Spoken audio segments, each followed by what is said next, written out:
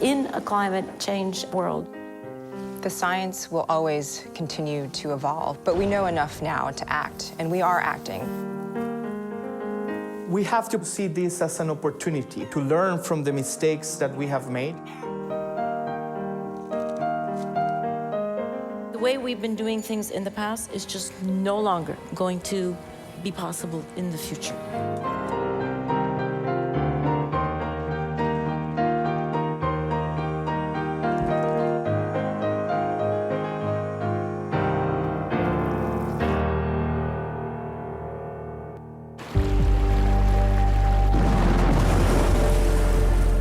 The Earth's climate is changing.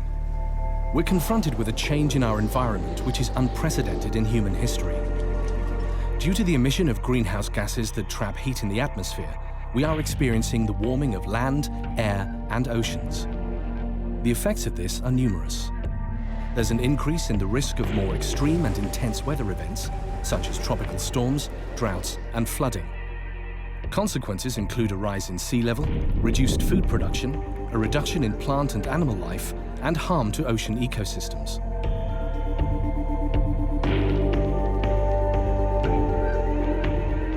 The two main pillars of the Global Climate Change Convention are adaptation and mitigation. And it is the responsibility of this generation, all of us who are alive right now, to mitigate enough, that means to bring greenhouse gas emissions down enough to allow that adaptation, in particular in the most vulnerable communities, is actually possible and effective.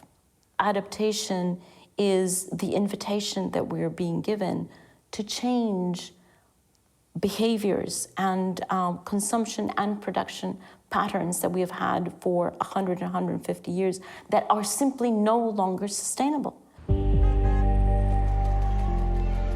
There is a need to mobilize the capacity, the knowledge, the tools, the political and financial support, and the scientific expertise to increase resilience to climate change through adaptation.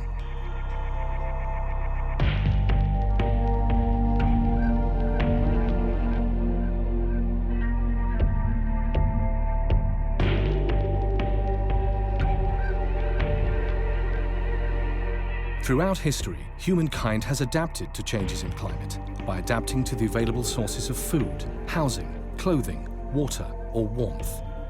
Today, however, climate change is causing changes faster than vulnerable populations and ecosystems can cope with and adapt to. Adaptation responds to the risks while, at the same time, building future resilience.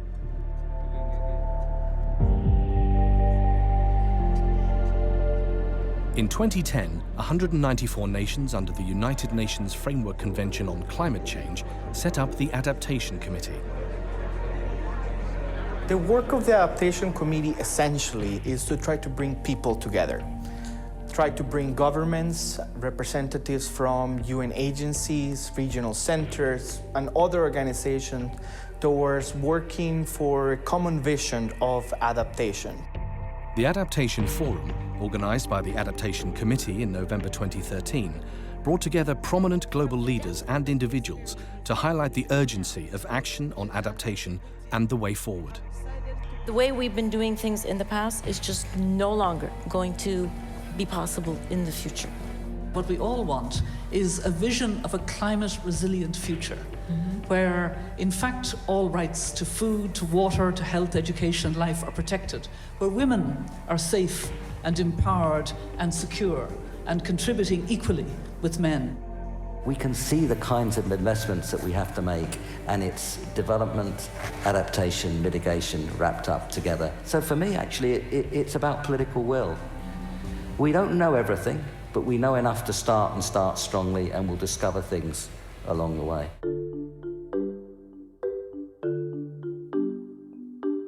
Resilience means giving the capacity, enabling society, ecosystems to be able to bounce back, to recover from change. An essential component of that is learning. And that learning can only happen from that exchange of information of success and failure. A touching explanation of what resilience is a woman who has realized that her chicken farm has been increasingly flooded over the years, and that is where she was getting her income for her and for her family. The brilliance of this woman to realize that her chicken farm was getting flooded so often that she should no longer have a chicken farm, she should have a duck farm. That is resilience. That is understanding that from now on, you're living in a changed environment. Resources for adaptation include as much knowledge and information as possible to support adaptation planning and action. Scientists can provide information on past and present conditions and future risks. Communities can be more prepared for climate change if they are not poor. People who have secure livelihoods, access to education and information on climate change impacts, healthcare facilities, fresh water, sanitation and social support will fare better in the face of climate change. Helping people to prepare for and respond to extreme events is also important, including putting in place early warning systems, understanding vulnerabilities of all members of society, and making sure adequate places to take shelter from storms are available. Access to technology and services and quality infrastructure also contribute to climate-resilient societies. Ensuring ecosystems are healthy and diverse, for instance wetlands, coastal areas and forests, is an important aspect of ensuring resilience.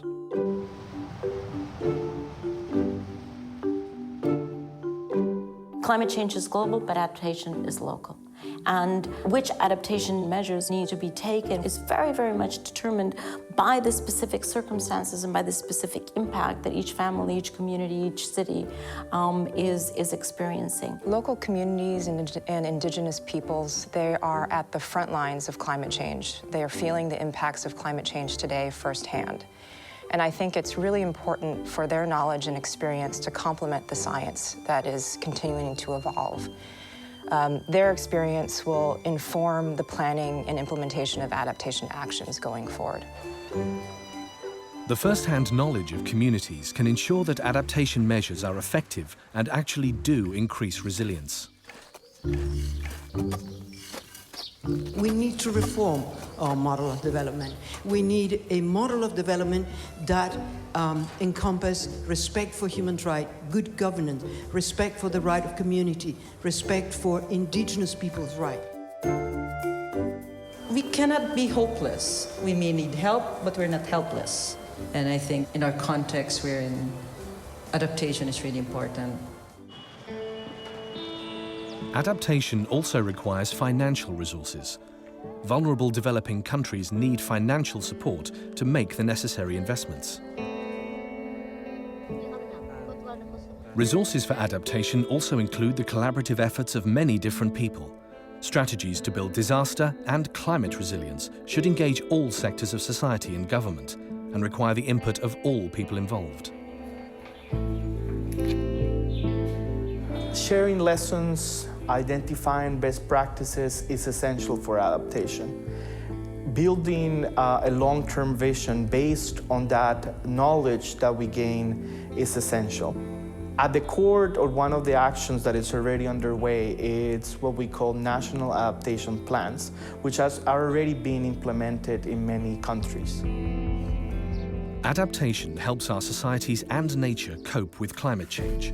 There are many ways to do it, and communities need to decide what works best for them.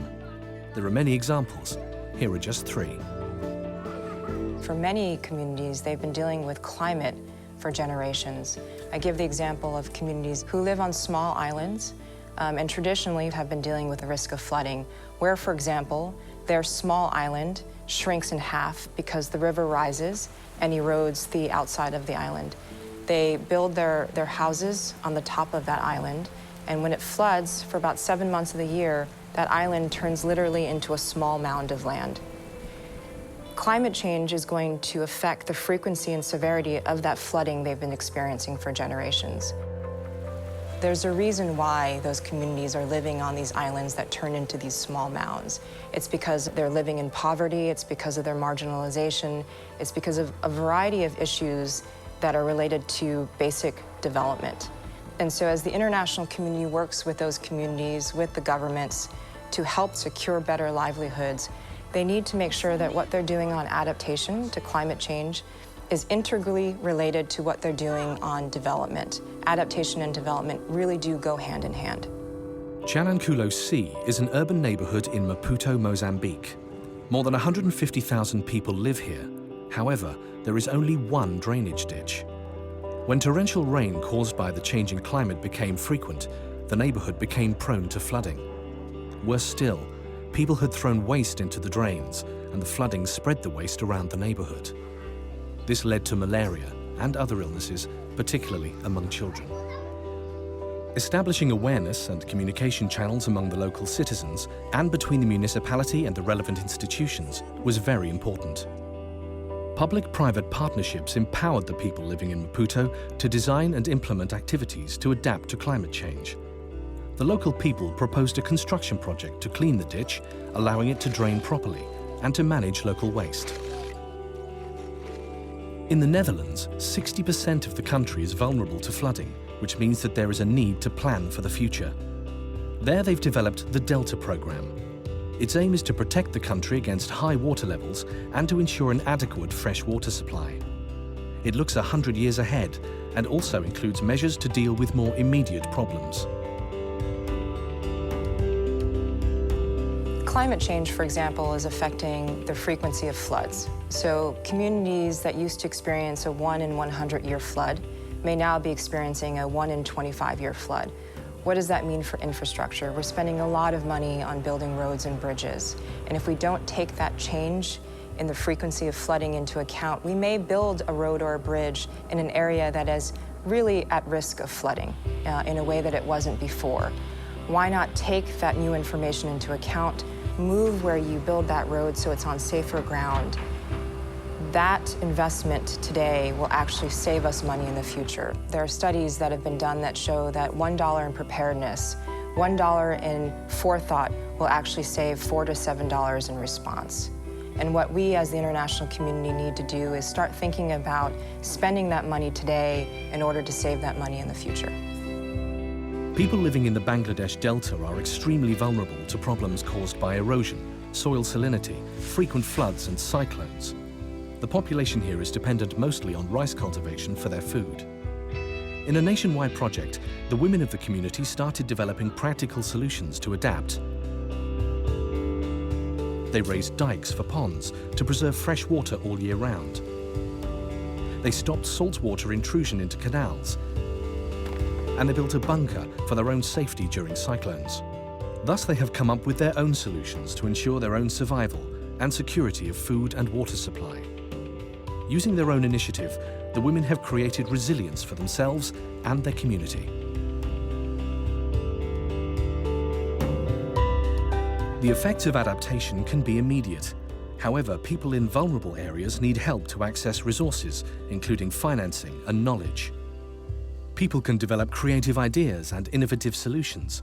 They can build partnerships with local administration bodies and organizations. Building climate resilience and a capacity to adapt provides more than just climate-related benefits. Its influence has beneficial effects for individuals, families, communities, countries, and society as a whole. If we don't adapt, we threaten to roll back decades of progress in reducing poverty and improving economic growth. It really does compromise the stability and security of communities and countries. So we have an opportunity to act now and to make investments in adaptation that will have an impact in terms of the future. We also have to see this as an opportunity to transform society, an opportunity to learn from the mistakes that we have made and be able to build better so that we can have a future for us and for future generations that is safer, that has the same opportunities, and that is better for all. Very often I get asked, well, and what if we don't do that? What's the plan? What are we going to do if we're not able to address climate change? And the simple answer to that is, we don't have plan B because we don't have planet B. We have one planet. And so plan A is we are going to address climate change. That doesn't mean that it's easy, because if it were easy, we would have done it. But none of us can hide behind the responsibility and the commitment that we all have to do this, and to do it in a timely fashion.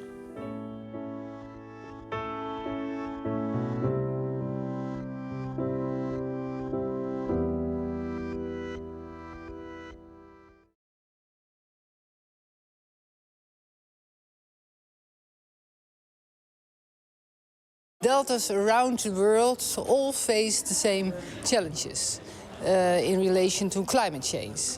And alongside mitigation, adaptation is urgent. And I think it is time to adapt now. And not only in the Netherlands, my country, but worldwide. If we don't adapt to a changing climate, we'll not have our beautiful island for our children and for our children's children. So it is very important that we make all efforts to ensure that this future is secured. For the survival of islands like mine, we have to act and act urgently. Any impact on climate change will affect our economy and our people. Our people have been adapting to climate change ever since they have been inhabited. They are finding their own ways. But I think they would need urgent actions by the international community, because the path of the changing of climate change is something that the people alone cannot cope up with. We need to make lot investment in adaptation. We look at adaptation cost not only as cost but as an investment. And people in Bangladesh and in my region trying to adapt to climate change by experiencing, by developing floating gardens, floating schools, floating education system, so that we can face climate change in a far better way. But we have to receive a lot of support for making our communities, our ecosystems more resilient to adverse impacts of climate change. In Malawi, addressing the challenges of climate change is very key to sustainable development. As such, the government is prioritizing addressing adaptation in such a way that we are developing policies and programs that will help to identify critical adaptation needs. Africa is one of the most vulnerable continents to the negative impact of climate change. So the way we see it is working with communities, increasing their resilience, and empowering the communities would mean building the capacities of the different members, and particularly the women, the elderly, and the youth, because their vulnerabilities are increasing with climate change. Europe, like the rest of the world, is increasingly challenged by climate change. There are increases in extreme events such as heat waves, floods, and drought. And this needs to be addressed. And what can we do about that? We have to change our paradigms and goals that informed decisions in the past. We will have to deploy new technologies in order to reduce the risks of climate change.